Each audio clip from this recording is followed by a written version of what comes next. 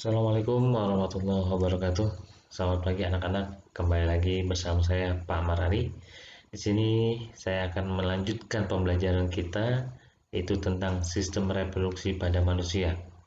Ini pembahasan pelajaran IPA kelas 9. Pada pertemuan sebelumnya kita sudah membahas tentang alat atau organ serta fungsi. Nah, pada kesempatan kali ini kita akan lanjutkan tentang fertilisasi, kehamilan, dan penyakit pada sistem reproduksi. Di sini ada 3 indikator. Yang pertama yaitu menjelaskan proses fertilisasi, yang kedua menjelaskan tahapan kehamilan, yang ketiga menjelaskan macam-macam penyakit. Seperti biasa, saya mencantumkan atau mengkaitkan sistem reproduksi ini dari Al-Quran. Dalam surat Al-Hajj ayat 5, kita langsung ke artinya. Ini dijelaskan yang intinya bahwa penciptaan manusia ini berasal dari tanah yang kemudian berubah menjadi mani, yang akan berkembang menjadi darah, yang akan berkembang lagi menjadi segumpal daging yang sempurna atau yang tidak sempurna, kemudian akan dijadikan makhluk yang sempurna pada rahim. Kalian bisa cek sendiri nanti di Al-Quran. Oke, pada pembahasan kali ini, seperti tadi di awal saya sudah ungkapkan, kita akan membahas tentang proses fertilisasi serta kehamilan, macam-macam penyakit, dan pencegahannya. Oke, untuk lebih jelasnya pada proses fertilisasi, silakan kalian saksikan video berikut ini. Sebelumnya, kamu telah mendengar kata fertilisasi. Peleburan antara sel telur dengan sperma dikenal sebagai proses fertilisasi atau pembuahan. Bagaimana proses fertilisasi dapat terjadi pada tubuh manusia? Untuk mengetahuinya, perhatikan penjelasan berikut. Ovum memerlukan waktu 4-5 hari untuk mencapai rahim, tetapi hanya dapat dibuahi paling baik pada 6-12 jam pertama. Jika sel telur pada ovarium telah masak, akan dilepaskan dari ovarium. Pelepasan telur dari ovarium disebut ovulasi. Setelah ovulasi, sel telur ditangkap oleh infun di bulung dan segera menuju ke tuba falopi. Di saluran inilah terjadi pembuahan. Jumlah sperma yang ditampung sekitar 200-300 juta. Namun, biasanya hanya satu sperma yang mampu membuahi sel telur. Fertilisasi antara sel telur dan sperma menghasilkan zigot. Pada hari keempat, zigot sudah menjadi segumpal sel atau morula. Pada hari ketujuh, gumpalan sel tersebut sudah tersusun menjadi selapis sel yang mengelilingi suatu ruangan yang berisi sekelompok sel di dalamnya atau blastula. Lapisan sel bagian luar akan berkembang menjadi ari-ari atau plasenta dan selaput janin. Sedangkan kelompok kecil bagian dalam akan tumbuh menjadi janin. Zigot akan terus bergerak dari saluran telur ke uterus. Sejalan dengan waktu, zigot mengalami pembelahan sel. Setelah sampai di rahim, gumpalan sel tersebut akan melekat pada selaput lendir rahim dan mulai membenamkan dirinya di dalam selaput lendir atau nidasi. Zigot yang telah berada di rahim akan terus tumbuh dan berkembang menjadi embrio. Di dalam rahim, embrio mendapat makanan dari tubuh induk melalui plasenta atau ari-ari. Masa embrio atau masa kehamilan manusia sekitar 9 bulan 10 hari. Bila bayi sudah siap dilahirkan, otot-otot pada rahim berkontraksi secara teratur dan mendorong bayi keluar dari rahim melalui... Oke, gimana dengan videonya? Semoga paham ya. Oke, kita akan lanjut. Di sini ada pembahasannya. Pada pada proses fertilisasi itu pasti diawali oleh ovulasi, yaitu keluarnya sel telur dari ovarium yang kemudian nanti akan berpindah ke tuba falopi. Nah, pada perpindahan ini akan meningkatkan hormon, yaitu progesteron. Tugasnya mempertebal lapisan endometrium. Ada dua kemungkinan.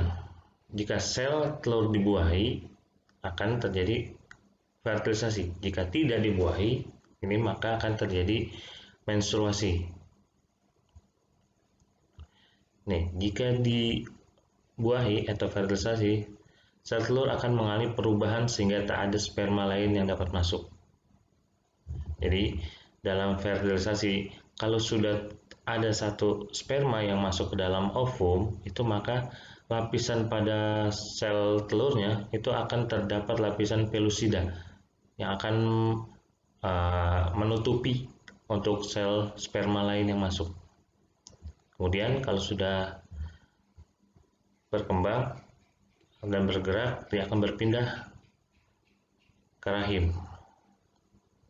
Nah, di sini akan muncul hormon kehamilan yang bisa dideteksi oleh alat tes kehamilan, yaitu tespek.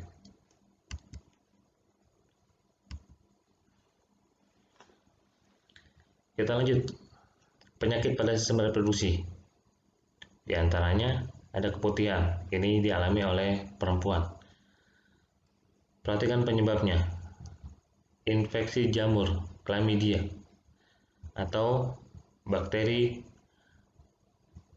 Gardnerella vaginalis dan Trichomonas vaginalis. Pencegahannya yaitu dengan menjaga kelembaban pada alat kelamin. Yang kedua, gonore atau kencing nanah. Perhatikan ya. Di sini dijelaskan ada tanda-tanda berupa nanah yang keluar dari saluran kencing. Penyebabnya adalah Neisseria gonorrhoeae. Pencegahannya yaitu menghindari kontak seks dengan penderita. Yang ketiga, sifilis, raja singa. Ini ditandai dengan luka pada alat kelamin, pada rektum, lidah, atau bibir. Jadi, untuk sifilis ini bukan hanya pada alat kelamin saja, tapi ada di bagian kulit, bisa di lidah atau di bibir. Penyebabnya adalah Treponema pallidum. Pencegahannya itu kontak langsung dengan si penderita. Selanjutnya ada AIDS. Ini disebabkan oleh HIV. Cara penularan banyak. Salah satunya itu penggunaan jarum suntik yang bersamaan atau tidak steril. Ada lagi hubungan seks atau pemberian ASI dari ibu kepada anak. Selanjutnya ada penyakit herpes genitalis. Ini tanda-tandanya ada bintil-bintil cairan. Penyebabnya adalah virus herpes simplex. Pencegahannya menghindari kontak seks dengan penderita. Yang keenam, prostatitis. Ini sesuai dengan namanya, yang menjadi tempat atau yang diserang adalah kelenjar prostat. Disebabkan oleh bakteri E. coli. Pencegahannya mengurangi aktivitas yang menyebabkan iritasi pada prostat. Yang ketujuh, epididymitis. Perhatikan, di sini peradangan pada epididymis, berarti hanya dialami oleh laki-laki. Pencegahannya menghindari gonta-ganti pasangan. Berikut ini akan saya tampilkan video yang menjelaskan tentang HIV/AIDS. Selamat menyaksikan. HIV atau AIDS, Human Immunodeficiency Virus. HIV adalah virus atau jasad renik yang sangat kecil yang menyerang sistem kekebalan tubuh manusia. AIDS atau Acquired Immunodeficiency Syndrome adalah sebutan kondisi tubuh seseorang yang sistem kekebalan tubuh sangat rusak akibat HIV sehingga berbagai penyakit ditemukan di dalam tubuh. Bagaimana cara penularan HIV? Hubungan seksual melalui transfusi darah yang ternyata darah yang ditransfusikan mengandung HIV, penggunaan jarum suntik yang tidak steril di antara pengguna narkoba, atau benda tajam yang tercemar darah yang mengandung HIV, seperti alat cukur, alat tindik, melalui darah ibu ke bayi yang dikandung dalam rahimnya, serta melalui ASI dari ibu yang mengidap HIV kepada bayinya. Hubungan seksual pranikah. Hubungan di luar nikah yaitu hubungan antara laki-laki dan seorang perempuan yang belum atau tidak menjadi suami istri.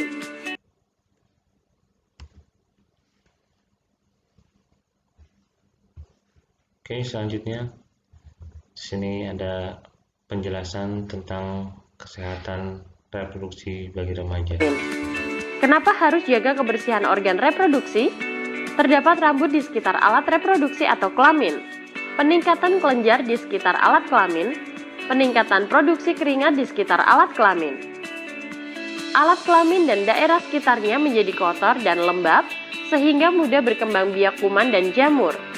Cara menjaga kebersihan organ reproduksi: membasuh dengan air bersih dari arah depan ke belakang dan keringkan menggunakan handuk kering sebelum menggunakan celana dalam. Karena lembab, jamur akan mudah tumbuh dan menyebabkan rasa gatal.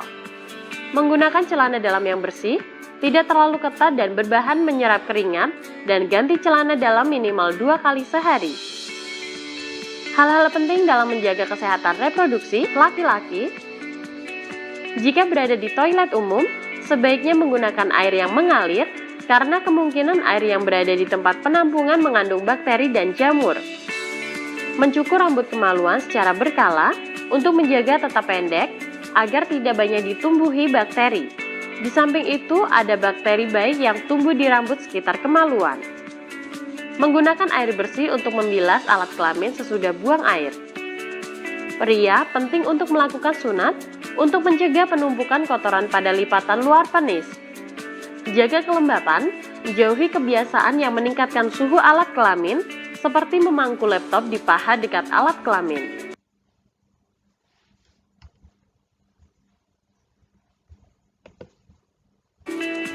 Hal-hal penting dalam menjaga kesehatan reproduksi wanita. Pada saat haid, dinding bagian dalam rahim terlepas sehingga amat mudah terkena infeksi. Oleh karenanya, sangat perlu menjaga kebersihan dengan cara gunakan pembalut bersih dan ganti secara teratur 2-3 kali dalam sehari, atau setiap setelah buang air kecil, atau bila pembalut telah penuh darah, atau saat mandi. Bila pembalut yang digunakan adalah pembalut sekali pakai, maka bersihkan atau bilas terlebih dahulu pembalut dengan menggunakan air, bungkus, kemudian buanglah di tempat sampah. Bila pembalut digunakan berkali-kali, biasanya terbuat dari bahan handuk atau katun.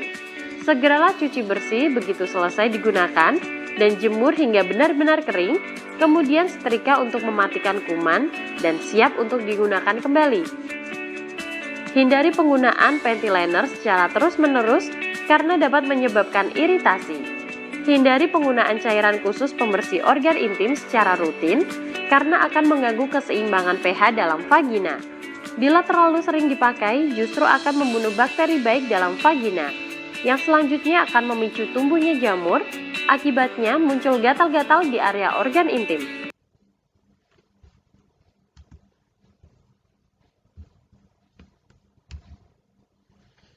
Oke, baik.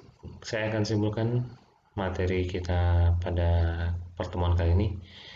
Yang pertama yaitu setiap bulan ya, perempuan pasti akan melakukan ovulasi, yaitu mengeluarkan sel telur atau ovum dari ovarium. Sel telur ini apabila tidak dibuahi maka akan terjadi namanya menstruasi. Nah, sedangkan kalau sel telurnya dibuahi oleh sperma, maka akan terjadi yang namanya fertilisasi. Fertilisasi terjadi di dalam tuba falopi yang nantinya akan menghasilkan zigot. Nah, berkaitan dengan penyakit yang menyerang alat kelamin, ini biasanya karena pola hidup yang tidak sehat atau kurang sehat. Demikian pembelajaran kita pada hari ini. Mohon maaf apabila ada kekurangan. Saya akhiri.